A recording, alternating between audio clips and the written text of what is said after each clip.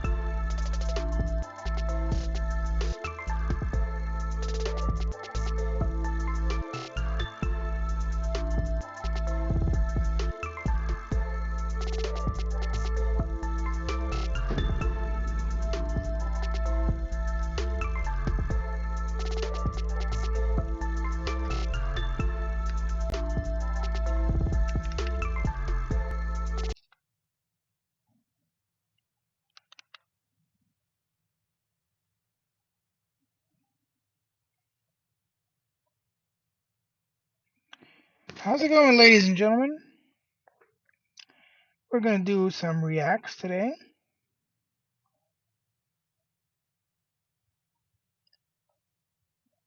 Same old phone? Nah. Upgrade to the new Galaxy Z Fold 7. You can choose to raid the caravan, or you can choose to guard it. This is a game where slaying monsters are not the only way to grow stronger. Heck, it's not even.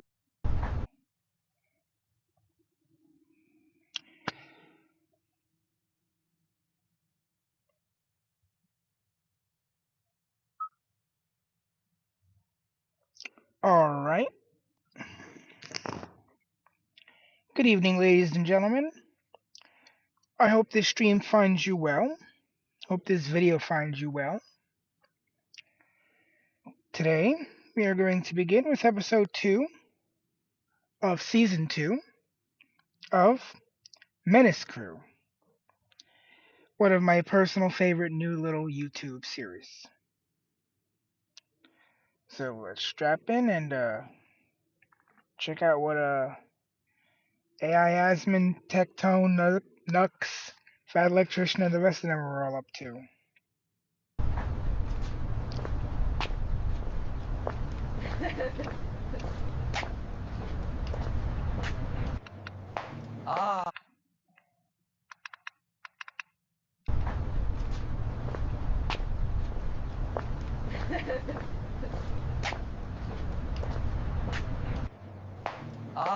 Peggy knew you'd be back. Come with Peggy. The lore is waiting. Here you go. Did he just walk through? Yeah, he just walked through that counter. Got that. Peggy knew you'd be back.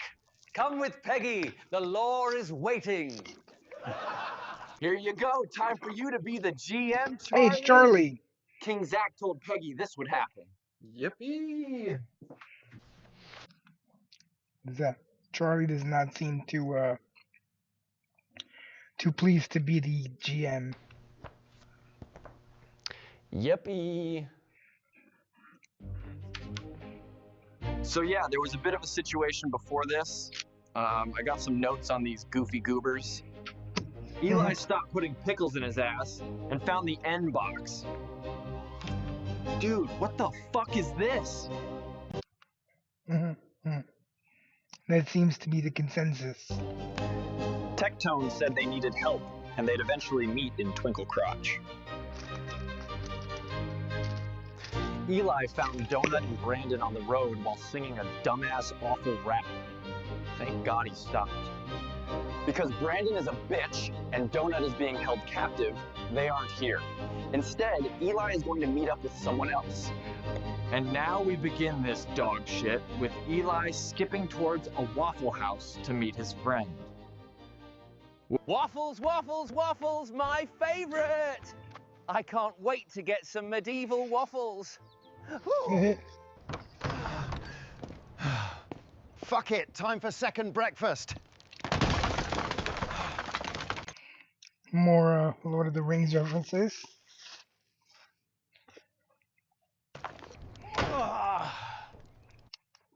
Hey, it's Nick! Fucking commies. Well, shit, there goes second breakfast. Do you want to go with me to East Bumblefuck? Yeah, why not?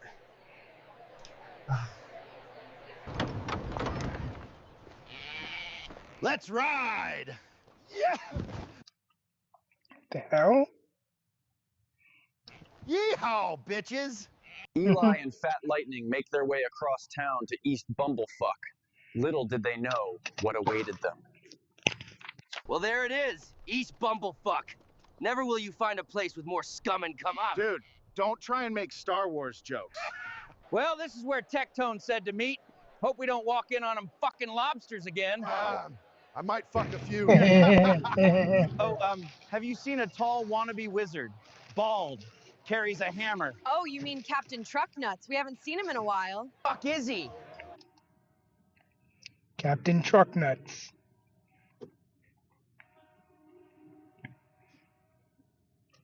Wait till Tectone goes live next time. He's always the one saying we're late, but he isn't actually here. No idea, fuck it, let's drink.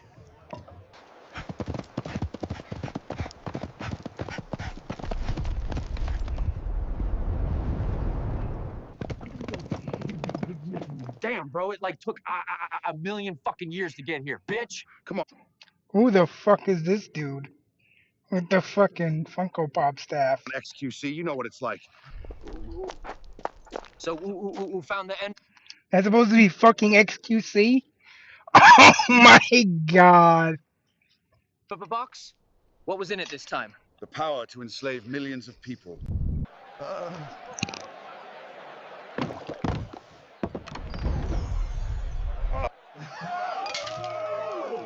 No, no, not the power of the N box. People aren't ready for nicotine. Yo, dude, why don't you let me know where the end box is? Because it's unhealthy and stupid? Stop being a bitch, Tectone. I'll fight you.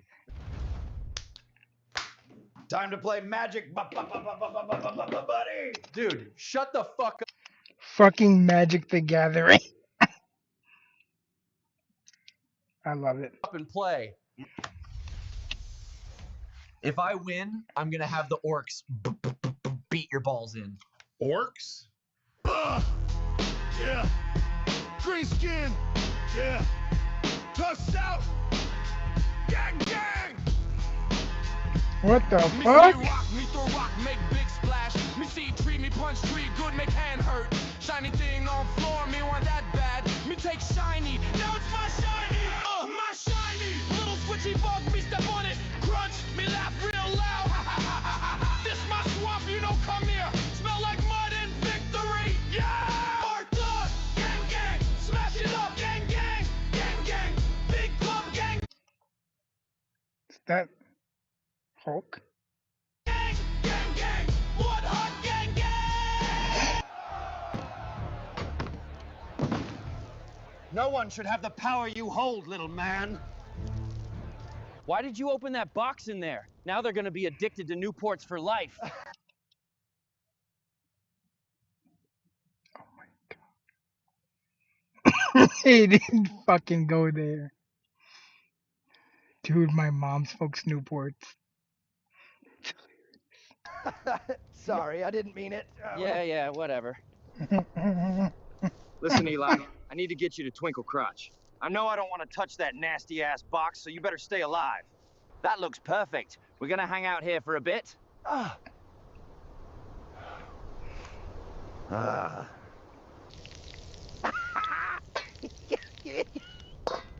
Oh, hey, little guy. Uh-oh. The fuck?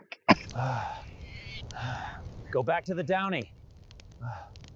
Well, fuck. Who the fuck invited you to play D&D with us? Just give me Eli. Is that supposed to be shoe on head?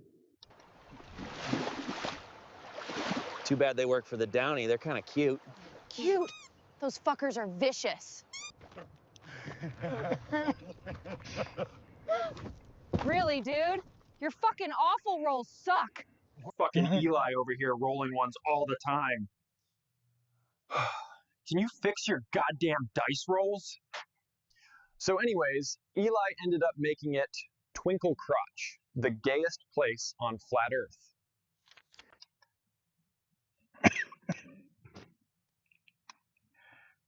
I hope they have a Gay Frogs reference.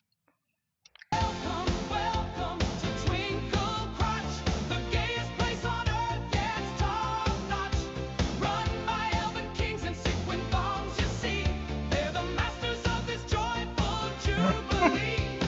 What the fuck am I watching? I love this. We banish all fear. Finally, your lazy ass woke up. Welcome to Twinkle Crotch. It's Friday, August 8th, around 9 a.m. to be exact. Listen, you aren't as bad as Peggy, but now we have a flat Earth story. Thanks for that, Dick.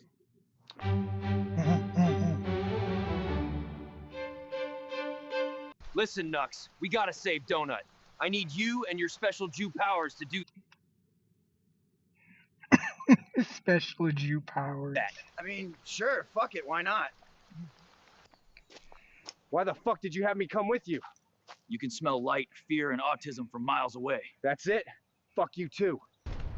I smell 4 guards. They stink of poor, shitty ammo and leftover Little Caesars pizza.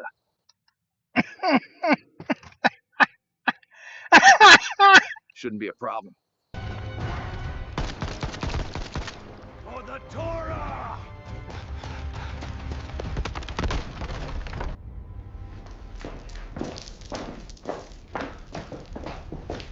Donut, you in here? So Tectone wasn't lying about his technique. Neat.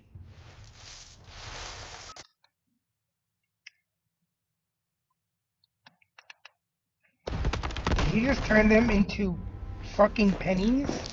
Please tell me he turned them into pennies. Donut, you in here? So Tectone wasn't lying about his technique. It's made of pennies. Neat. Nuck? Down here. I found a vault I need you to crack. Come sniff out the combination. No! Oh my god. Let's make a big nose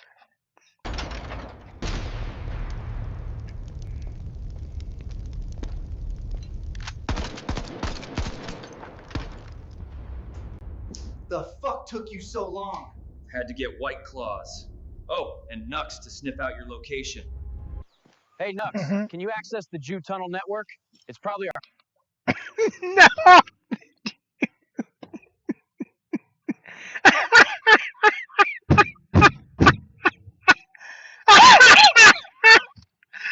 Oh god, that's from my area of New York. For those of you who don't know, there were some like secret tunnels in Brooklyn that were somehow made by like the Hasidic Jewish community, and the discovery of them was a big thing. Like was it a year, 2 years ago, a little while ago. It was a big thing. Locally a big thing. fastest way home. If you need some more pennies to activate it, I got you covered. Well, that just fucking happened. That tunnel stole every last bit of change. Welcome back, Donut. That Downey dunce talked a lot and acted like his usual high and mighty self. Think I know what they're planning. My army is Bad dragon. almost complete. The Menace crew won't know what hit them. Hey, Zach, can I be the GM for the next episode? Yeah, sure, whatever. At least you won't curse us with flat Earth like Charlie did. Well, we're gay elves on fence, and we're playing with our friends. There's a party in the twinkle crotch, playing hopscotch, looking up at the stars, consuming our minds by dropping bars with fentanyl, with alcohol, being the gayest people in fantasy, fucking butts and saying no to pussy.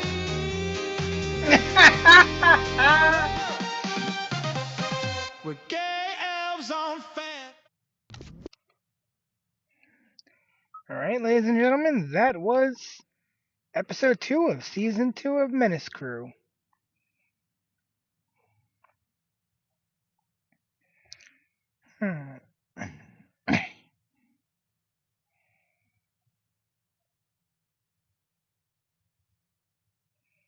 Alright, you know what? We'll do this one.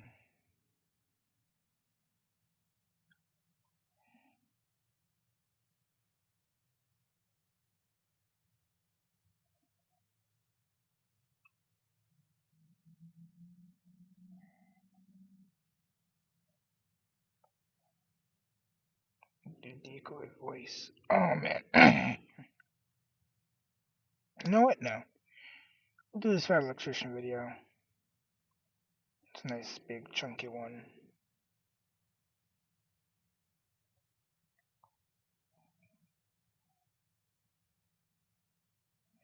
Alright. Alright, this is 22 versus 500. America's defiant stand at Lanzerath Ridge. Ridge. Oh, excuse me, phlegm. Lanzerath Ridge. All right, the most decorated platoon of World War II. Today we're talking about the Battle of Lazarus Ridge, when 22 American soldiers stood their ground against 500.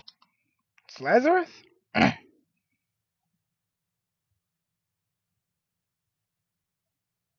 Lanzerans. Words are hard. All right, the most decorated platoon of World War II. Today we're talking about the Battle of Lazarus Ridge, when 22 American soldiers stood their ground against 500 German paratroopers and quite possibly changed the entire outcome of the Second World War, and they didn't even know it. But first, a word from our sponsor. What is happening right now?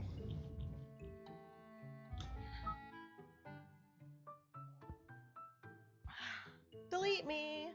We're not going to use the new couch? No, the small one's iconic, plus the big one hurts. Yes. Anyway, where do you want this thing? Coffee table.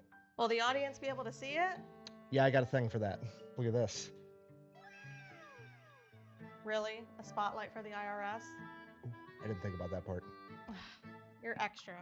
Love you. Anyways, Delete Me. Super straightforward business. You give them money, they turn around and they make sure the data brokers aren't selling your personal information on the internet. So here's how this happens. Pretty much anytime you use a free app or internet service, that app or service isn't actually free. What they're doing is they're harvesting your personal information, then they turn around, they sell it to data brokers, and then the data brokers sell it to anybody that has money. The good news is these data brokers are legally required to stop selling your personal information if you formally ask them to. The problem is there's a bunch of different data brokers and they all have a different process for you to formally request that they quit selling your information. That's where Delete Me comes in. Delete Me monitors all the biggest data brokers for your personal information, and as soon as it comes up for sale, they automatically write in and have them take it down as soon as possible. And then as long as you're subscribed to Delete Me, they will continue to monitor, checking and rechecking for your personal information at these data brokers over and over and over again to make sure if they do ever come in contact with your data again, they have to delete it again. So if that's something you'd be interested in, I will have a link and a discount code down below. Let's get back to the video.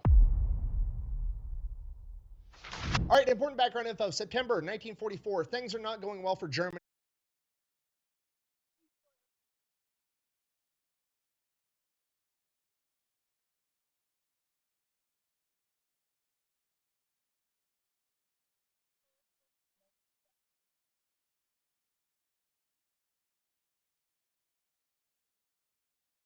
In World War II at this point. On the east, they have the Soviet Union Red Army closing in, and on the west, they have the Allied forces closing in as well. At this point, the Allied forces have already stormed the beach at Normandy, they've retaken North Africa, they've retaken France and Belgium, and now Allied forces are right up on the German border at the Siegfried Line. It is Germany's last line of defense, their western wall, almost 400 miles of Dragon's Teeth, tank traps, mines, barbed wire, and it's all covered by over 18,000 concrete reinforced bunkers with artillery and machine guns. And it is the advice of almost every high-ranking German officer that Hitler should order his men to hunker down and defend throughout the winter. But Hitler has a different idea. Hitler wants to do the exact opposite. He wants to go home with the girl that he took to prom, so to speak. Hitler got here by being overtly aggressive. He attacked Poland, and then he launched the Blitz to take over France. He attacked quickly and violently to a degree that nobody had ever seen before, taking everybody off guard. They literally called his tactics the Blitzkrieg, the Lightning War, and he wants to do that again. Rather than playing defense and waiting for the enemy to come to them, he wants to go to the enemy. He wants to launch a major offensive, and the German military only has one left in him. This is an all-or-nothing strategy, and if he fails, the war is essentially over, but that's not going to deter him. You see, along the Western Front, you have the British and the Canadians in the north, and you have the Americans in the south, and it is Hitler's strategy to launch another Blitzkrieg-style attack right down the middle, splitting the British and the Canadians from the Americans, separating the Allied forces. After splitting the Allied forces, he wants to drive the Canadians and the British to Antwerp, essentially pushing them up against the sea, creating another Dunkirk-type situation, forcing the British and Canadians to surrender, and then he hopes to broker a peace deal with America because America won't want to be the only Allied force left fighting them. Assuming that plan works, he will no longer have a Western front to defend, and he will be able to divert his entire military to the Eastern front to combat the Red Army. This is a Hail Mary. This is an all-or-nothing strategy, and the Germans need everything to go right if they want any chance of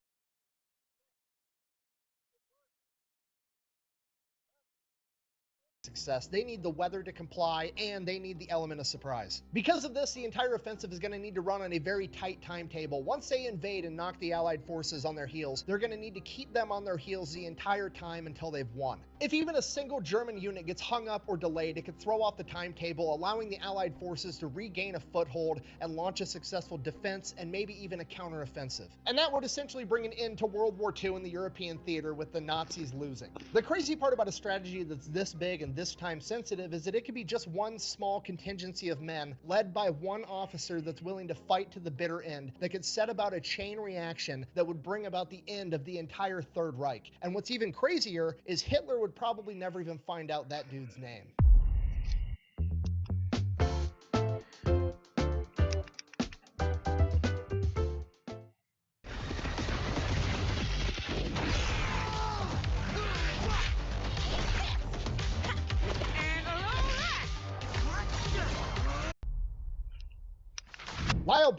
I mean, like I said before I realized I was muted, if this worked, obviously spoiler alert, it doesn't. If you don't know how World War II ends, sorry. Spoilers. It's like 80 years. You're a little late to the party. Yeah, if it would have worked, it could have at least put him in a better situation. Because I don't know if he would have been able to defeat the Red Army outright, but it could have knocked out the Americans and the British and Canadians, which would have been good. But we all know it didn't work.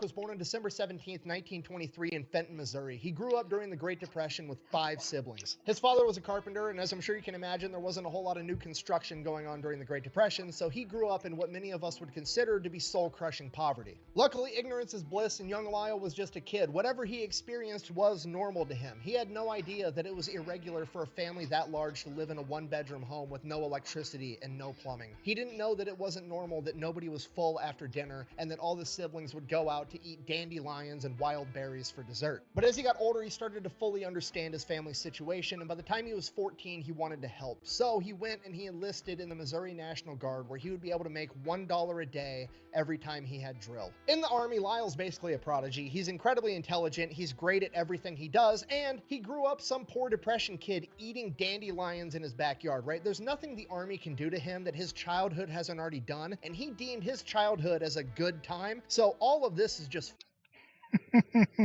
fun to him, no matter how much it would suck to anybody else. By the time he's 16 years old, he is the supply sergeant for his entire unit, and in December of 1940, as World War II is starting to heat up, America has not entered the war yet, but it's looking like we're gonna. They're starting to draft people. His entire reserve unit gets activated to go do a bunch of training. So Babcock and his unit are down in Texas and Louisiana. They're training for a full year. They go from December 1940 till December of 1941. Early December rolls around, they're getting ready, they're packing their shit, they're gonna go back home. They've been gone for an entire year. Japanese attack Pearl Harbor, they're not going home. They get told, congratulations. Yeah, you ain't going home no more. Your active duty has been extended indefinitely. Hey, kids, what's going on? War! We're going to war! Don't worry though, it gets better. You see, the Army in its infinite wisdom is like, okay, we've got this group of National Guard guys. They've been training for a full year. They're ready to go. They've been training in Texas and Louisiana. They're used to the heat. They're acclimated for the desert and the jungle with extreme humidity. Okay, where should we put them? And well, we have a campaign in Africa. Nah.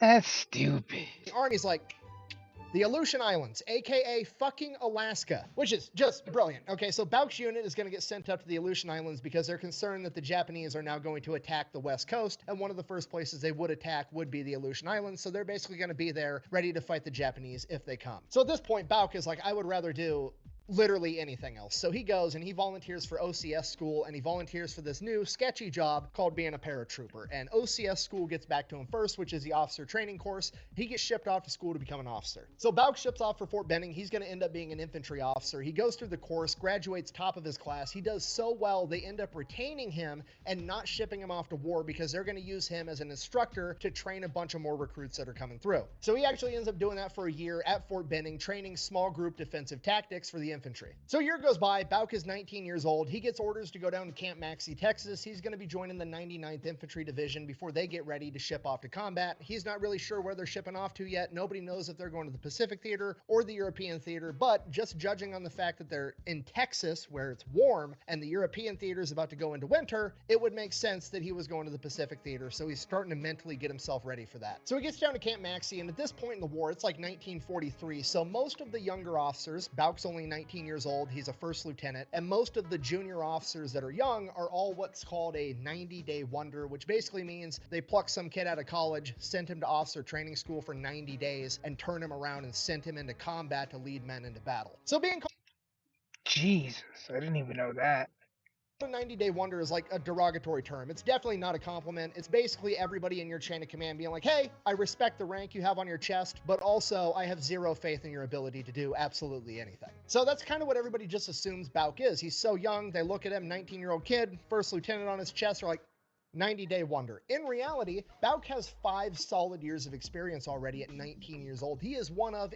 Yeah, he's been doing this for a while. He was doing this before what would be considered a legal age in today's military. The most experienced junior officer in the United States Army at this point. His chain of command realizes this and they give him a more important task. He ends up getting tasked with standing up and creating the INR platoon, the Infantry and Reconnaissance Platoon, for the 394th Infantry Regiment of the 99th Infantry Division. Now, an INR platoon at this point is what we today would call a scout sniper platoon in the infantry. Basically, they take some of the better or the best infantry guys available from the entire regiment, stick them inside of this platoon, and they learn different tactics because they have a completely different job from the rest of the infantry. Their job is going to be going out behind enemy lines, surveilling the enemy, gathering intelligence, potentially capturing other enemy scouts, things of that nature. Bauk is basically told, hey, here's access to all the personnel files for the entire 99th Infantry Division. Pick your top 18 guys. You got to have 2 squads and 9. So he immediately goes through all the personnel records, starts picking guys out. His criteria is you have to be either a high school graduate or currently going to college. You have to have an IQ of 110 or higher. You have to be a 110, god damn.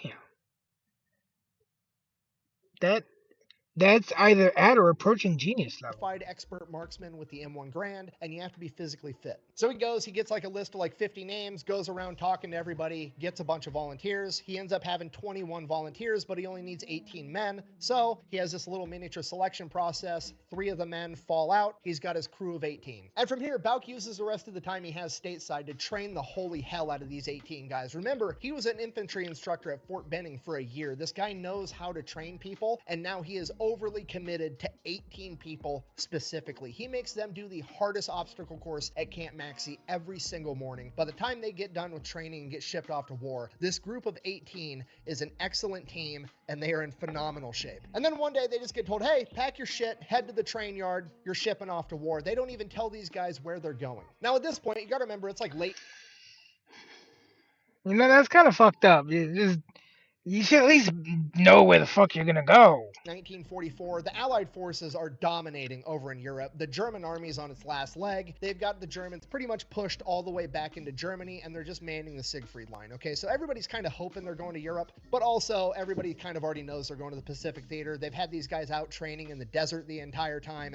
It's just obvious they're going to send them over to that tropical environment, and they're going to have to go toe-to-toe with the Japanese, which is horrifying. So they all get to the train yard. Nobody tells them shit. They still don't know where they're going. Everybody's just kind of like, we're going to Japan. We've got to be going to Japan, right? They get in the train. Nobody tells them where they're going. And they're like, well, fuck it. I guess we'll know in a second when the train starts moving east or west. Because obviously, if we're going to the west, we're going to the Pacific Theater. If we're going to the east, we're going over to Europe. And sure enough, the train starts heading to the east coast. These boys are headed over to the European Theater in winter, despite the fact that they're acclimated to living in a desert, which, I mean, it makes sense if you don't think about it. Yeah, that's pretty,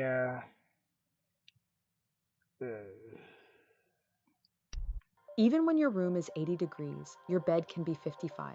That's the pod, a cooling cover that fits over your So the 99th Infantry Division gets over to Europe. They end up manning the Siegfried Line. The entire Siegfried Line on the Allied side is pretty sparsely defended. They're not anticipating the Germans are going to launch a counteroffensive and attack, so they're just kind of spread out, maintaining the area. They're going to let winter do some of the work for them because it's November in 1944. Let the Germans go in there, freeze their ass off. The Red Army's attacking them from the other front. Like, let's just wait a minute and chill is more or less a strategy. So a lot of the infantry guys on that front aren't doing a whole lot other than just securing that front line. But Bauk and the INR platoon are scouts. They're going to be going ahead and they're going to be actually scouting out the Siegfried Line. They're going to be making maps, getting spots of where all the bunkers are, where all the booby traps are, all the minefields, gathering all the intel, and trying to capture German scouts and intelligence along the way. Now, because the INR platoon is going to be sneaking up on the enemy front lines trying to gather reconnaissance, their job is a little bit more dangerous, so Bauk wants to give him and his men the best firepower they can possibly get, so he goes out to the mechanics and the engineers and asks them to make some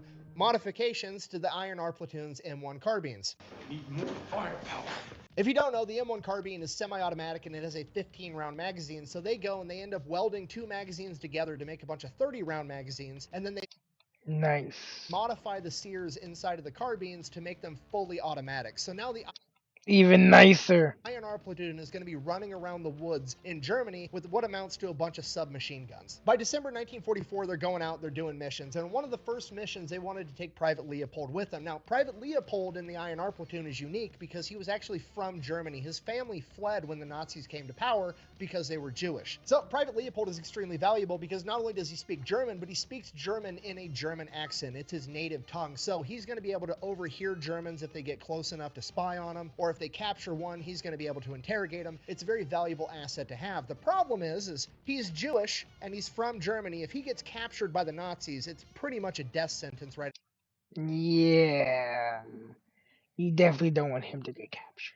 Out of the gate. And he's already being a scout, like the most forward infantry unit available, so his chances of being caught are higher than virtually anybody else's. So he's not super keen on going out on missions unless he's feeling like he's at 100%. And on this particular day, he's sick and he's got a really bad cough. So Leopold goes to the chain of command and he's like, hey, I've got this really bad cough. I'm a scout. We're trying to like sneak up on the enemy. Maybe me coughing the entire time isn't going to work out that great. Also, I'd rather not get caught because I'm Jewish.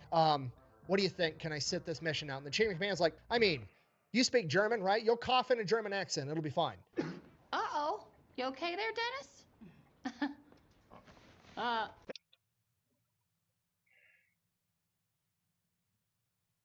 So Leopold's like, okay, I guess. So he goes out on this mission, immediately starts coughing the entire time. Bauk is like, Leopold, shut the fuck up. Start eating snow. So Leopold spends the entire mission just eating snow to calm his throat down so he's not coughing. Ends up working great. This is like their first...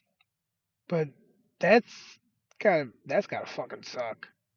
Talk about inviting pneumonia or some shit. Mission out together, and they come across a dead German soldier's body. At first, they're worried that it's a booby trap, so they sit there, they watch it for a while. There's no movement anywhere around it, so it's probably not an ambush. And then they sneak up on it, and they tie a rope around the ankle of the body, and then get as far away as they can before pulling it like 6 to 8 feet, just to make sure it's not booby trapped with like a grenade underneath it or something. And it's not. So they go, they search the body, they find an ID card, they find out what unit this guy's from, and they find some other intel on him. This is the first successful mission of the INR platoon. A couple days after that, they go out on another patrol. They end up running into a German patrol, and then they immediately outgun them using their modified M1 carbines, and they end up wiping out the entire German patrol. So things are going great. The INR platoon is performing exactly how they trained to perform. They're going out, they're scouting, they're doing their job, they're getting it done. And what does the military do when things aren't broken? That's right, we fix them anyways. You know what would be cool if the INR platoon, the intelligence and reconnaissance platoon, rather than going out and gathering intelligence and performing reconnaissance, what if we set them up in static fighting positions and ordered them to hold a point like every other infantry company on the planet? It's a great idea, right? It's terrible.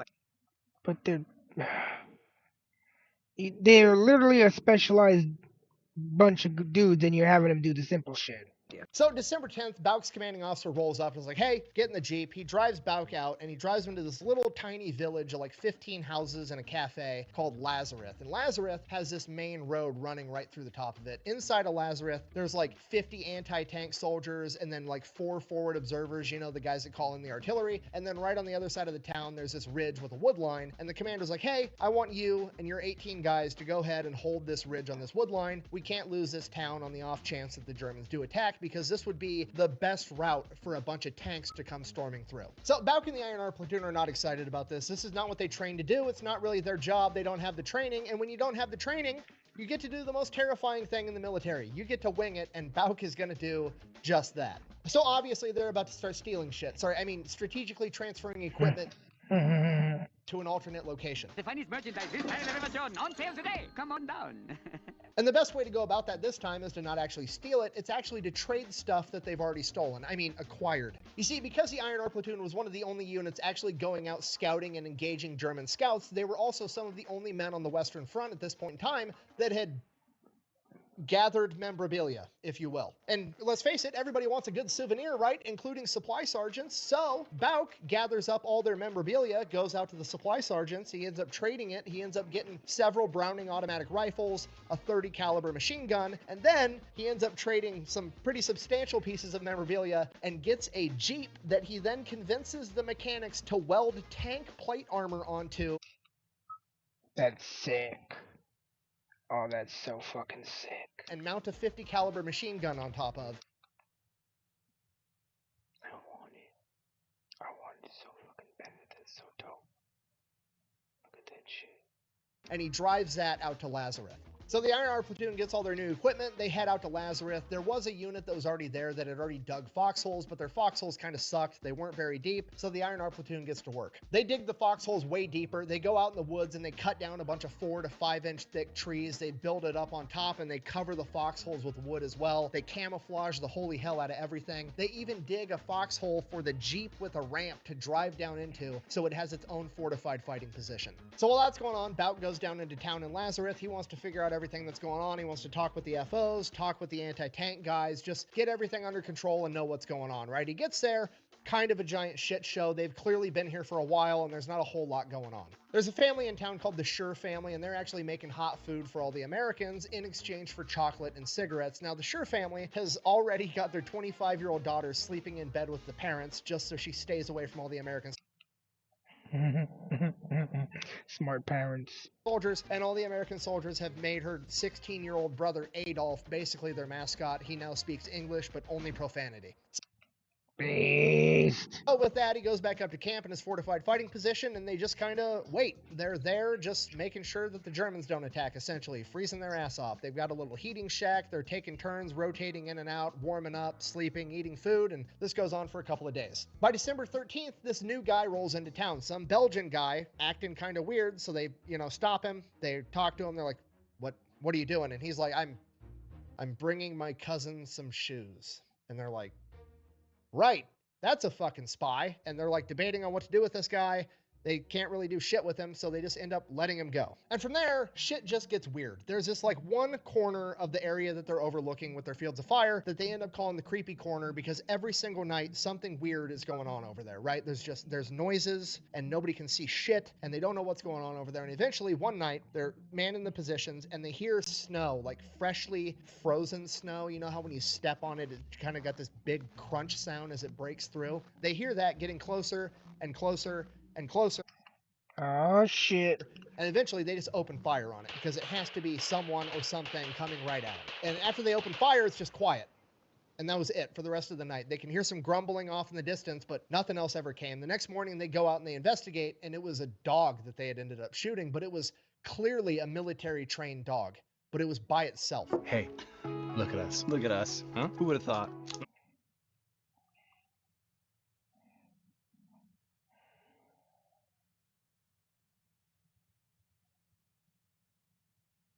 Come on.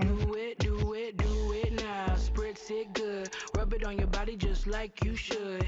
Right now. Not me. So that's weird. And then they adventure furtherly a military trained dog, but it was by itself. Hey, look at us. Look at us. Huh? Who would have thought? Not me. So that's weird. And then they adventure further past that, like 150, 200 yards, and then there's like ski tracks all over the place. And like, what the fuck is going on. So then the whole day goes by, everything's seeming kind of normal. A Jeep shows up to resupply them with more food, and this time around, they all got a liquor ration, which is like immediately a red flag. Like they're only giving out liquor rations when they're about to ask us to do some dumb shit or something horrible is about to happen, okay? It's like getting a steak and lobster dinner. It's gonna happen right before somebody's about to die. They're not telling us something and we need to figure out what it is. But then somebody's like, hold on, maybe it's not that bad. Lieutenant Bauk actually turns 21 in 2 days on the 17th. So maybe it's so we can all have a party and get LT drunk. Then more creepy noises all night long. That morning, a deer walks into camp. Naturally, they shoot it with a machine gun. They end up eating it. Then, based. normal day, seems like, okay? Night of the 15th. More creepy noises all night long. But tonight the noises are different. Off in the distance, it almost sounds like there's engines running. So Lieutenant Bauk knows something's up. So he has all the guys up. They're all alert. They're all there. And then on the day of the 16th at 5:30 a.m., they start getting hit with a ton of artillery fire right on top of them. At this point, the whole platoon and Lieutenant Bauk are all shitting their pants. I mean, they've had a couple of firefights off in the woods with like 2 or 3 Germans, but this time it's completely different. It feels like they're in the shit. It feels like they're at D-Day taking a ton of artillery fire. The rounds that are getting shot towards them are set to airburst, so they're blowing up in the tree line before they hit the ground, and it's just sending shards of tree splinters everywhere. So the entire INR platoon is just hiding inside their foxholes, and at this point, everybody's shit pretty fucking happy that Lieutenant Bauk made everybody cut down trees and put roofs over their foxholes, because now it's going to take a direct hit to take anybody out. The artillery barrage just keeps coming and coming and more, and it gets to the point that like the adrenaline wears off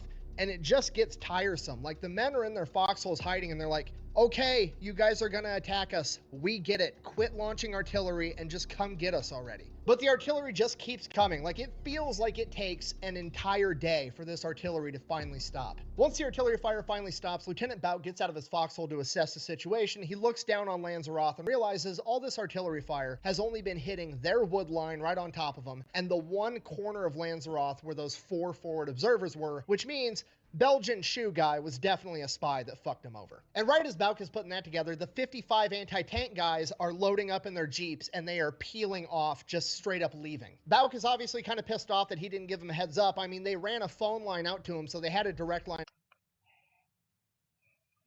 course. Communication, but the artillery barrage must have taken it out. In fact, the artillery barrage has taken out all their phone lines, so now all they have is radio. So Bauk radios over to this anti-tank unit, and they're like, yeah, we got orders to go over to this next town. That's where we're headed. At which point, Bauk is like, okay, well, I can't do anything without you guys. Like, I have a 50 caliber machine gun and some small arms. If they roll up with a tank, we're done. We can't do anything. So Bauk gets on the radio with HQ, tells them the same thing. Hey, the 55 anti-tank guys left. We have nothing that can combat a tank. Do you want us to retreat back to a different position too? What do you want us to do? And Bauk is ordered to hold his position at all costs. Right around this time, the 4 forward observers that were down in town come up the hill. They're going to be joining forces with the INR platoon because their position got absolutely pounded by artillery. So it is now Lieutenant Bauk, the INR platoon, and 4 forward observers for a total of 22 men defending Lanzarote and the road running through it. So the forward observers get settled into their new fighting positions, and as soon as that happens, hundreds of German soldiers descend upon Lanzarote. I mean, a shit ton. Luckily, it's very clear that these guys are not moving tactically. They're kind of just moseying through the town. They're not expecting any resistance. They think that the Americans have either been taken out by that artillery barrage or that they all retreated after the fact. But as they start getting closer and closer to the ridge where the INR platoon is, Bauk finally makes out these aren't just German soldiers. These are German paratroopers carrying the new FG-42 assault rifle. Great. So not only are they outnumbered like 50-1, but these are also an elite infantry unit that have fancy new weapons. Perfect. In reality, and luckily for Bauk, a lot of these paratroopers were new recruits and weren't quite trained up to the paratrooper standard that the Germans had previously had earlier in the war, but Bauk doesn't know. Yeah, America's enemies really overused their star talent and ran those dudes all into the ground, and by the time the later stages of the war turned around, They only had a bunch of green dudes, and no one with any relative experience, because they'd all been killed. That, and he's still kind of shitting his pants about it. And honestly, it really doesn't matter that much, because even with that being said, it's still 500 to 22. So seeing how vastly outnumbered they are, Lieutenant Bauk is like, okay, it's my turn to call in artillery fire. He hops on the radio, he calls for fire right on top of this massive formation of Germans, and they radio back and tell him, sorry, you're outside of the priority zone. We're taking attack from all over the place, and you're just not a big priority right now, so you're just gonna have to live without it. Now, Bauk doesn't say it over the radio, obviously, but at this point, he's just kind of like, so let me get this straight. I need to hold this ground at all costs because it's of vital importance, but it's also not vitally important enough for you to throw some artillery fire my way to help me out in my 22 to 500 battle. Okay, great, perfect. You know what? I still have the element of surprise, so I've got that going for me at the very least. And as soon as he has that thought, he sets the radio down, and one of his INR platoon guys goes, sir, you might want to look at this. He turns, looks down at Lance. Yeah, that phrase, you might want to look at this. It's almost never good. And there's a German officer talking to a young blonde girl, and the young blonde girl is pointing directly at them, at which point Bauk is like, fuck. And then immediately all the Germans scatter and take cover. So now he has nothing, and it's just straight up 22 to 500. What are you thinking? I think we're about fixing to get into a pretty good gunfight. Morning, sweat. Taste test, sweat. Go time, bro time, big time, sweat.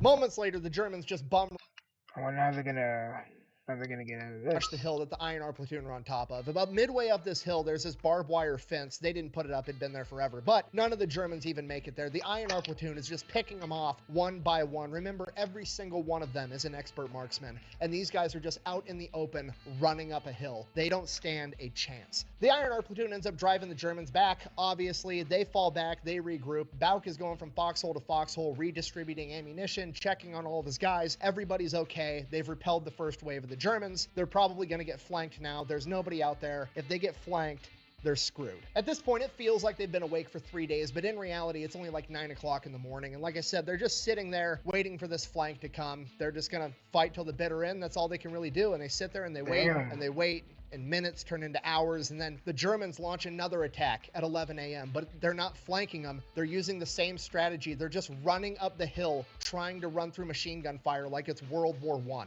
At this point, Bauk is like, well, this is fantastic news. Finally, somebody's given me and the INR platoon a break, and it turns out it's the enemy. So they mow them down again, push them back again. Shortly after that, a couple of Germans approach under a white flag. Bauk goes up there to meet them. The Germans just want to be able to scoop up some of their dead and wounded off the side of this ridge. And Bauk is like, sure, go ahead. You do that. We won't fire on you. Go ahead, get your guys. Bauk retreats, hoping that when he's captured, they're going to extend him the same goodwill. So the medics come out. They scoop up all the medics under the hill. The INR platoon lets them do it, just as Bauk said they would. Everything's fine and dandy, and Bauk is kind of thinking to himself, like, all right, I have the high ground. I have fortified machine gun positions. They've figured it out after the first 2 runs. They're definitely not going to try a full frontal assault where I have the high ground again. Don't try it! High ground! But the German stormtroopers, I mean the paratroopers, are like... You underestimate my power! At 1 p.m., they launch a full frontal assault for a 3rd time.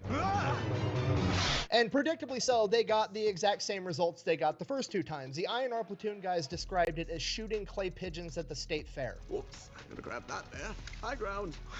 Wait, are you robbing me? Then the same thing happens. The Germans fall back, they regroup. 3 p.m., they launch another full frontal attack. They get repelled again, except during this attack, they sent out so many men that the 50 caliber machine gun actually got burnt up because they were having to run it so hard to mow down so many Germans. In addition to that, they're also out of ammunition for the BARs, and Bauk's radio got shot in the middle of this firefight, so now they have no communication whatsoever. So now Bauk's making all the decisions. They've held this position longer than anybody could have ever expected them to. It's time to get the fuck out of here. So he goes, they sabotage all the jeeps, and as soon as it gets dark out, they're gonna slip away into the forest at night and make their way back to headquarters on foot. Now that sounds a little bit crazy, like why wouldn't you want to drive? But in reality, there's probably Germans all over the road, and this is the INR platoon. That's their whole MO, is sneaking around in the woods and going unnoticed. This is their best shot at getting out of this. So they sabotage the jeeps, they get ready to step off, and right at dusk as they're about to leave, the Germans attack him from their flank. They get into a firefight, but the INR platoon runs completely out of ammunition and they get overrun by the Germans. And eventually, the Germans just roll up to the foxholes and they yell down, "You can come out or we're going to send a grenade in." So foxhole by foxhole, the entire INR platoon surrenders. And as they come out, they're all shot up, blown up. They're all hit with shrapnel, gunshot wounds. Bauk took a bullet to the leg.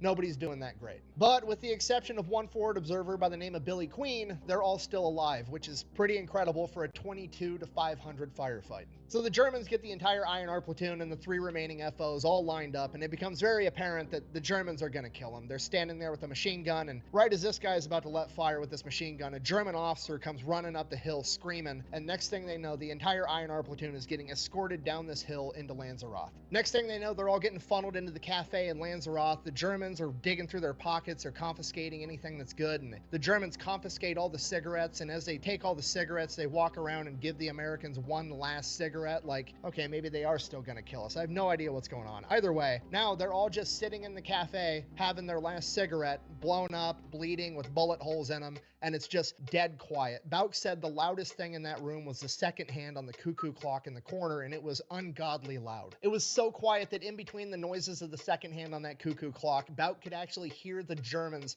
the superior master race, across town in their aid stations screaming from their injuries. Meanwhile, him and all of his men are just sitting in the cafe, dead quiet, stone-faced, having a cigarette. It's like the biggest cool guy moment ever. So the INR platoon finishes their last cigarette, and then they just sit there, and they sit there, and they sit there, and they sit there, and then eventually Bauk is just trying to think to himself over that annoying-ass cuckoo clock in the corner, and he just starts to get really down. He's not happy with how things went, right? He spent 6 years of his life training for this, and he goes into combat, and the first time he really goes into combat, he gets the best guys that the 99th Infantry had to offer. They let him pick the best of the best, and he took them into battle, and in one day, he got all of them captured and most likely killed, and it's all on him. Or at least that's how he felt at the time. And he just continues to sit there for hours, just loathing himself in the silence and the noise of that fucking cuckoo clock in the corner that just keeps ticking and ticking and ticking, and he's just sitting there, and then the fucking bird comes out again and honks, and it's 10 p.m. and suddenly he has this memory of when he was 14 years old and his Aunt Mildred, who used to read palms, she read his palm when he was 14, and she told him that if he lived to be 21, he'd have a long, happy life, and he's about 2 hours away from turning 21. At this point, he can't believe that this is the dumb shit that he's thinking about, but that's what he's thinking about. So he sits there and he waits, and more time passes. No, that's fair. I mean, he's like, oh shit, if I can make it to that home stretch, I can do it. And more time passes, and sure enough, midnight hits, and suddenly he just feels this relief, like, can't get me now. I'm gonna make it. And not a minute later, some high-ranking German officer comes storming into the cafe, yelling at all the other Germans. This guy's not like all the other German military guys around here. He's not standard German military. This guy's SS. He's dressed from head to toe in leather. He's got the German dead skull on his hat. He's got the Knight's Iron Cross around his neck, the second highest award for valor in the German military. This dude is super important, and he is super fucking pissed off right now. Now, Bauk doesn't know it at the time, but this SS officer is yelling at all these other German officers like, why are you guys stopped? Why aren't you continuing to advance? We're on a very strict timetable. What the fuck is going on? So these German officers explain to this SS guy like, hey, there's a massive American army in this wood line. They've got tanks, they've got machine guns. We're not going to go fight them at night. They've been fucking us up all day long. We finally captured their forward scout element. So they wait until there's enough light to actually go outside. Like 4 a.m., the Germans send out a bunch of scouts into the wood line. They don't find anything because there's nothing there to find, and they have to come to the realization that 22 dudes with small arms have been fucking them up for the past 22 hours, and they're all incredibly embarrassed. So the Germans take off, hightailing it down this road, half tracks, tanks, and then Lyle Bauk and the rest of the INR platoon are all getting sent to POW camps. Unfortunately, because Bauk is an officer, he's going to get separated from the rest of the guys, and they're going to separate POW camps. From here, you guys know the drill. POW camp is absolutely horrible, the worst possible thing to have to live through. He's starved to death, there's diseases, living in close proximity with other sick people, and as the war progresses, at one point, there is actually a prison break. He ends up getting recaptured, stuck back into a POW camp, and as the war continues to progress, for some reason they keep moving him from POW camp to POW camp, and he doesn't know it at the time, but what's actually happening is the Germans are losing the war, and all the German POW camps on the eastern half of Europe are starting to move all their POWs and themselves to the western side, because if these Germans are going to have to surrender to an Allied force, they absolutely want to surrender to the Americans, the British, and the Canadians, because if they surrender to them, it's a court date, and if they surrender to the Red Army, it's going to be an execution. His final POW... That tracks. The Red Army was not merciful, especially to the Germans. They did not forgive Germany and the German people for what? For the invasion. camp is in Moosburg, and while he's there, a bunch of SS teenagers, like radicalized 16, 17, 18-year-olds with submachine guns that have German officer rank, roll into this POW camp, and they want to execute all the POWs, including Bauk. At which Holy point, shit. the normal German army, the Wehrmacht, are like, no, you're not executing all the prisoners. Those are our bargaining chips to turn over to the Allies so we don't get killed. So absolutely not. And there's this huge fight between the SS and the Wehrmacht, which became more and more common as the war progressed. And ultimately, the Wehrmacht won that argument, and they ended up keeping everybody alive. So Bauk got pretty lucky on that one. Deal's so good, we had to call it Bravo-tacular.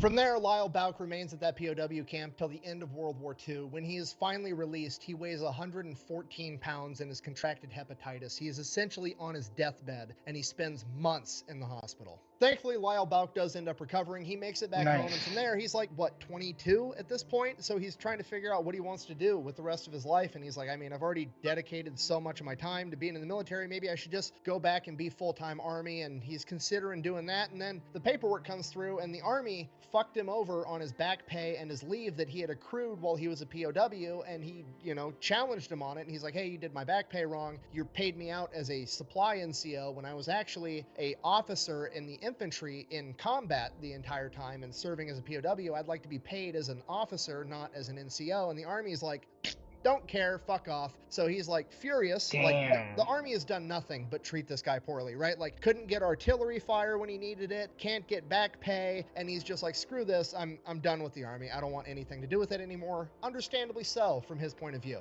From there, he kind of hangs around town, meets his high school sweetheart Lucy, ends up marrying her, trying to decide what he wants to do for a career. And one of the things that helped him recover from all his injuries from the war was actually a chiropractor, so that inspires him to go off and become a chiropractor himself. And from there, he just kind of gets to live happily ever after, just like his Aunt Mildred predicted when she read his palm. For 20 years, he never talked about what he did during World War II. Why would he? He thought he was a failure. He thought that he got given the chance to assemble the best men the 99th Infantry Division had to offer, and he led them into battle and got them captured and served out the majority of his time in theater as a prisoner of war. It was nothing to brag about, or at least that's how he felt. So he never really talked about it. And then one day in 1965, he got a letter from one of his men. After 20 years, the United States government was finally putting out extensive volumes of what happened during World War II, and one of the volumes was dedicated to this major German offensive in 1944, December 16th, 1944 specifically, called the Battle of the Bulge. Adolf Hitler had ordered a massive blitzkrieg-style offensive where they were going to split the American and British forces in half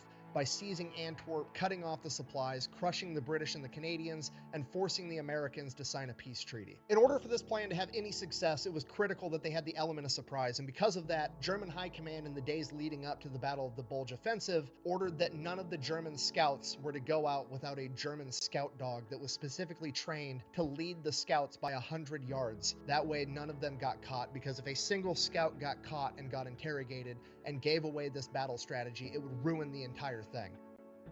That's the dog that they shot on December 13th. And that also explains all the ski marks and everything else hundreds of yards behind the dog. The artillery barrage that they survived before the paratroopers attacked, that was the largest artillery barrage of World War II, with over 1,600 artillery pieces firing on the American front for over 90 minutes. That pissed off SS officer that showed up at the cafe at midnight, that was Joachim Peiper, the commander of the 1st Panzer Division. The 1st Panzer Division was the lead element of the 6th Panzer Army, which at this point in time was Germany's premier armored unit that was hand-selected by Hitler himself to have the most important role of the entire military operation. The 6th Panzer Army being comprised of almost 5,000 Damn, too bad it didn't do much. men and 600 vehicles, tanks. I mean, in the long run, they lost.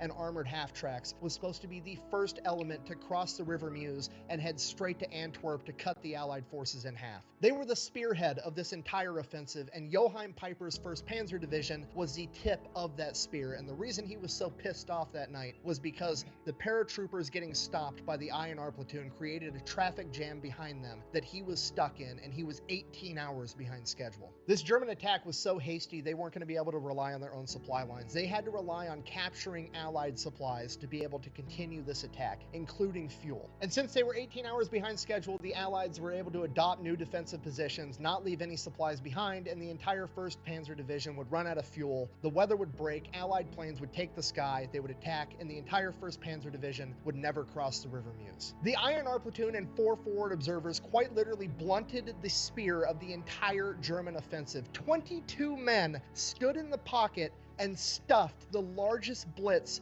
the world has ever seen at the line of scrimmage. These 22 men may be responsible for changing the entire outcome of World War II, and at this point in time, nobody really knew anything about it. Some of the military historians knew that something happened over there, but nobody knew what happened, and it's because Buch and all of his men got captured after the war. There were no after-action reports. They never got around to filling out all those papers. They just got sent to the hospital, got patched up, and got sent home. Nobody knew what actually happened. So Buch, 20 years after the fact, writes into his old commanding officer, and then a couple of months later, he never hears anything back, but a silver star just shows up in the mail, only for him. And it's not really what he's looking for, because he figures the rest of his men probably feel the same way he did. They trained just as hard as he did. They went out, they got the same fight, and they ended up getting caught too. They probably feel just like he does, and he wants to make sure that he gets them the recognition. He wants to be the good leader to his men that he never had. For years, he writes letters and petitions and does interviews and talks to journalists about what his men did that day. And for years, nothing really happens. And years turned into decades. And after 2 more decades, he finally breaks through. And in 1981,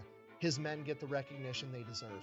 The INR platoon would retroactively be awarded 4 Distinguished Service Crosses, 5 Silver Stars, and 10 Bronze Stars with V device, and the entire platoon will be awarded the Presidential Unit Citation. If you don't know, a Presidential Unit Citation is the highest award a unit can receive, and it's usually given out to companies or battalions for major battles or something huge. It's very strange for an element as small as a platoon to be given this award. In fact, they were the only platoon of World War II to be given the Presidential Unit Citation. And with that, they became the most decorated platoon of World War II. Thank you for watching. The best way to support the channel is go buy some merch over at thefatelectrician.com. Quack bang, out. It's pretty wild those guys changed the entire course of world history and didn't even know it till 20 years after the fact. I don't know. Maybe there's a message or something in that.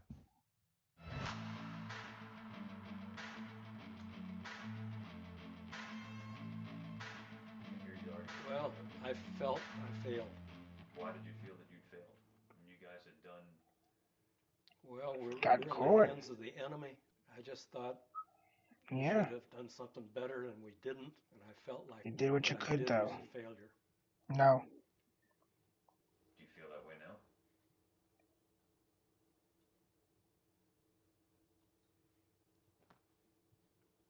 Couldn't tell you. Set your look with Laura Mercier setting powder with vitamin C. Effortlessly blurs skin. The Commander's Wife, Pedro Pascal. Alright, we're gonna get to that on the next stream. I'm gonna call it a stream here.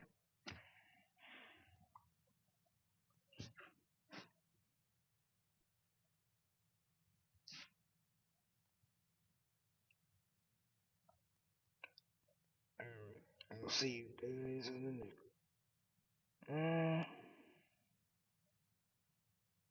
We can do this. Alright, this is Angry Meme Review by Angry Cops. He has anxiety. Can we? The Commander's Wife, Pedro Pascal. He has anxiety. Can we? Are we done with Pedro Pascal now? Stop fondling people's tits. Is that a sig, John? Angry Meme Review. Welcome to another edition of Angry Meme Review. I'm your host, AC, and this is where I break down your fantastic and often disturbing memes that you send me throughout the month by posting them on Instagram, Twitter, OnlyFans, the Arby's website, Church of Scientology forums, and Facebook. And I see them because you tag them with hashtag Angry Meme Review so that I can check them out, sort through them real quick. Reddit, on fire. On fire, guys. I'm proud of you this month. And a lot has happened this month. Ozzy's dead. Hulk Hogan's dead. Everybody's mad at Joey Swole because he supports Hogan. Sig just...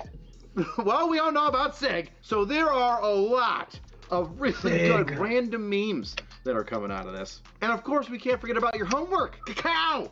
A young man falling into the ice with just a small, tiny, thin rope as his, I guess, last saving grace from drowning and going into the clear blue yonder. Now, before we get to your homework, we always start off with the random memes. But first, a word from this video's sponsor. It starts with one missed bill, and then another, and then another. Now it's calls you ignore, envelopes that you don't open, pressure that doesn't let up. Debt doesn't knock at the door, it kicks it down. But PDS Debt is here to help you fight back. This is your shot. Take it before the debt takes everything. PDS Debt goes beyond numbers to understand your unique financial situation and craft a personalized plan designed for you. There's no minimum credit score required. They're just here to help you save money, pay off your debt faster, and start putting money back where it belongs, your pocket. PDS Debt is A+ rated by the Better Business Bureau, boasts thousands of 5-star rated reviews on Google, and holds a 5-star rating on Trustpilot. Why? Because PDS Debt has helped hundreds of thousands out of debt. But you don't have to wait, because you're just 30 seconds away from being debt-free. Get your free assessment and find out the best option available to you right now at pdsdebt.com/angry. pdsdebt.com/angry. Selling your own pics to pay rent. Spider-Man. OnlyFans girls. Oh my God. There's just too many of them. POV. You're watching the body cam of your soldier fight 2 MPs naked and proceed to win. But you gotta act mortified. Me. One piece of cake won't hurt. The cake. Ha! Fat. Whenever there's a holiday in basic training and they bring out the cake and they let the privates eat it, that's what should be on the cake. Fat. Bro, how have you been? Me. Existence is pain. Off to catch the next...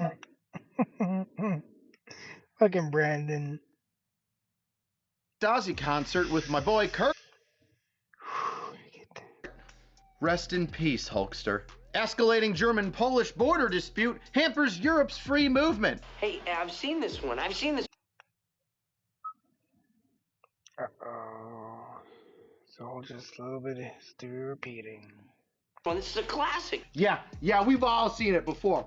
What was it called? The something Ribbentrop contract? The fat electrician knows all about it. When you haven't gotten laid in a long time. The patron saint of New York. Listen, I like this, okay, but this one makes me look kind of like a forest ranger. It's like a weird mix between a cop and a drill sergeant, and if it was just some other type of uniform, I'd be down with it. The commander's wife, Pedro Pascal. He has anxiety. Are we done with Pedro Pascal now? The guy's freaking weird. All he does is touch people's wives and women all the time because he's got anxiety. It's not anxiety. He's just a creep. You got anxiety, bud? Get a anxiety pet animal thing. You're one of those medical dogs that walks around and like nuzzles you when you get a little anxious. Stop fondling people's tits. Hey, you remember that one time when Sig said that his P320 wasn't firing all by itself, but yeah, that was a fucking lie. And it was all the time? Epridge Farm remembers. Okay, now go off in the holster randomly.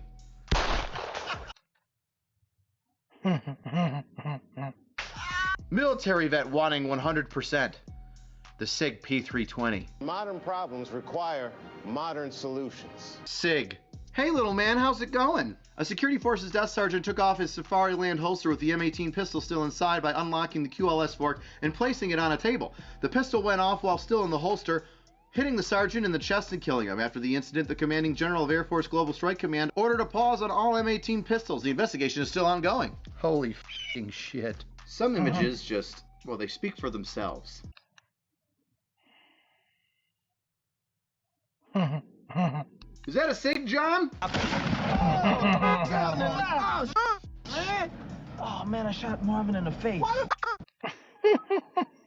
You do that! Alec Baldwin. The SIG Match made in heaven. P320. Whoop. Here I come. Oh. Here I come. It's nice to know that you weirdos keep me in line, keep me in check. Whenever you see something that I fuck up, you let me know about it. Even Steven, if I calls it as I sees it, you should do the same to keep me in check. Now, I didn't go to air assault school, but I do have a lot of hanging ropes. Gosh dang it! Drill sergeant, look at that uniform. What is this, Sarge? Are we planning to go rappelling? Nope. I just gotta get a lighter and I gotta burn those off. It's that, you know what? I'm not gonna lie, that is 100% on me, but where are my battle buttons? What is this, Sarge? Are we planning? You should do the same to keep me in check. Now, I didn't go to air assault school, but I do have a lot of hanging ropes. Gosh dang it! Drill sergeant, look at that uniform. What is this, Sarge? Are we planning to go rappelling? Nope. I just gotta get a lighter and I gotta burn those off. It's that, you know what? I'm not gonna lie, that is 100% on me, but where are my battle buddies with a lighter to help square me away? I was there with King Trout. The man smokes. I need more rope. Don't worry. I got you. Oh, and would you look at that? Look at that. Now he's rappelling from my actual ropes hanging there. Thanks a lot, Trout. Thanks. You got a lighter on you 24/7. And nobody, Nick, the fat electrician, Cody, Eli, everybody from the military's there, and they couldn't have been like, hey, Drill, hey, look at that. No. Look, it's stupid. But that's enough for the random memes. Time to get a look at your homework. Israel and Iran about to start World War III. The president dropping the F-bomb. Don't know what the they're doing. When you lose your weapon in NVGs during cold weather training. Hands across America, everybody. Everybody touch fingertips. We're not going home until we have 100% sensitive items accountability. Who's going through the pond, Smith, or the one that lost them? How it feels to chew 5 gum.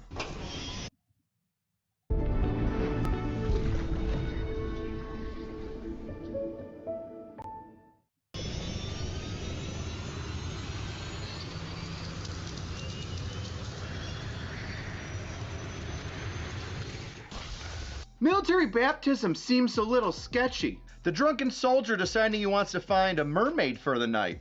The commander's precaution after seeing the new guy start drinking. Instead of the commander, it should be more like First Sergeant pulling his NCOs and junior enlisted aside and being like, look at him. If he dies, it's on you. That's what's saving that guy. Just by the skin of his teeth, that's what's saving him. A brand new soldier about to buy a car with 27% interest. His NCO trying to stop him. Good luck. Me, wanting a toaster bath. The only thing holding me back.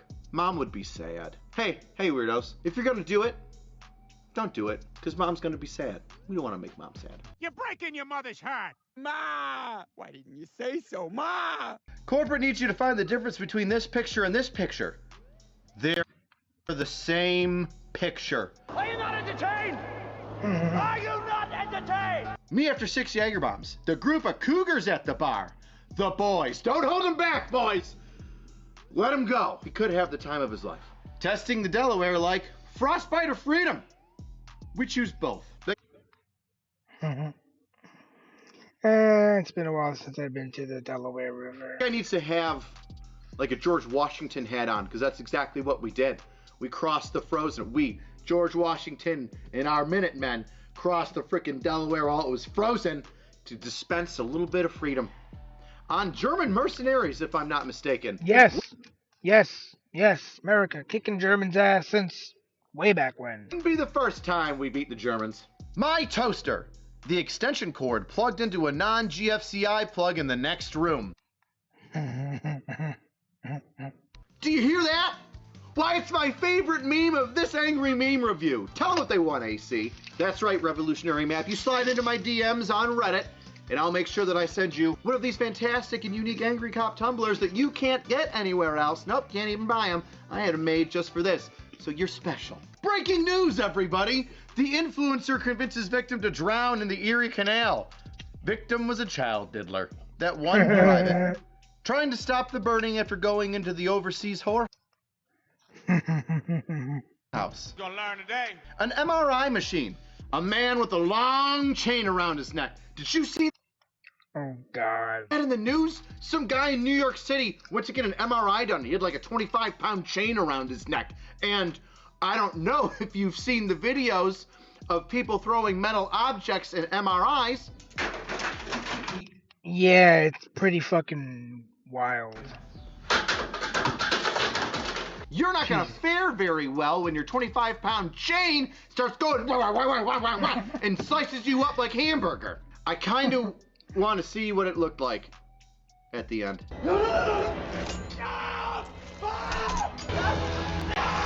The private who threw $3,000 at a stripper. I'm going to marry her. The E4 Mafia. That's right, boys. Take care of our own. We'll let them make mistakes, but not lifelong mistakes that cause them to fucking off themselves, all right? Let them get close to proposing, and then when he buys the ring, you make him turn it right back into the pawn shop and, you know, sit him down and let him know that there's some better decisions to be made. When there's an ungodly natural disaster, but your wife has a pregnancy craving, you're gonna be a man, and you're gonna go get pickles and ice cream at 2 in the morning from the corner store. Deal with it. She's carrying your seed. My NCO going into First Sergeant's office after my 6th DUI. Well, that's all we've got for this angry meme review. As always, if you want to see more memes uncensored, and of course, all the other guys like Donut Operator and Brandon Herrera uncensored, the cop videos get a little intense, go over and check us out on Pepperbox. But before you do that, don't forget that we still have homework to do. Cacao! Look at that. That's some homework right there. A little bit of hazing. Throw the guy in the shower after you wrap him up in the skid. I don't know what the hell you're going to do with it, but I'm excited. As a secondary meme, we're going to do Brandon Herrera with the shotgun under his chin. Why not 2? Why not? It's my oyster. The world's my oyster. There we go. We'll put both of those up there on Reddit and Facebook and Twitter and Instagram for all of y'all to grab. Isn't that nice? Just don't forget to tag hashtag Angry Meme Review when you post it. Best way to support the channel is get yourself a shirt. Little POB action. And I've got 2 brand new shirts out right now. The Drill Sergeant action figure comes with its own knife hand, and a barracks party. It's not a real party. A barracks party is just cleaning the barracks, and it sucks. But this is like a real party, because they've got hats. Cheapest way to support the channel is leave a comment. What do you think of the memes, huh? Was there a meme that I missed? Is there a better title or caption for the meme that you can think of? Maybe you can. I don't know. Let me know what you think. See you next time, weirdos.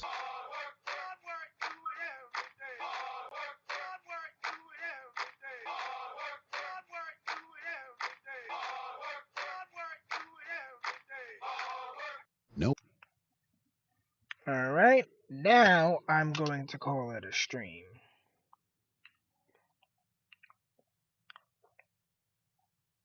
I will see you guys in the next one.